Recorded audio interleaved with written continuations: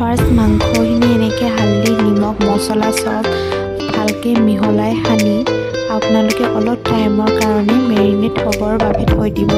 এনেও থ'ব পাৰে, মই ফ্ৰিজত ৰাখিছোঁ। তাৰপিছত অকণমান তেল গৰম কৰি তাতে আলুখিনি প্ৰথমতে ফ্ৰাই কৰি ল'ব আৰু সেই তেলতে পিছত এনেকৈ পিঁয়াজ আৰু দুখিলা তেজপাত দি কিনে ভালকৈ ৰঙচুৱা হোৱালৈকে ফ্ৰাই কৰি ল'ব। তাৰপিছত তাতে সেই মেৰিনেট কৰা মাংসখিনি দি দিব। মাংসখিনি তাতে নাই বুলিও 15 মিনিটমান আপোনালোকে ফ্ৰাই কৰিব হাই ফ্লেমত। পানীখিনি মানে ওলাই আহে, একদম নুশুকোৱালৈকে আপোনালোকে ফ্ৰাই কৰি থাকিব।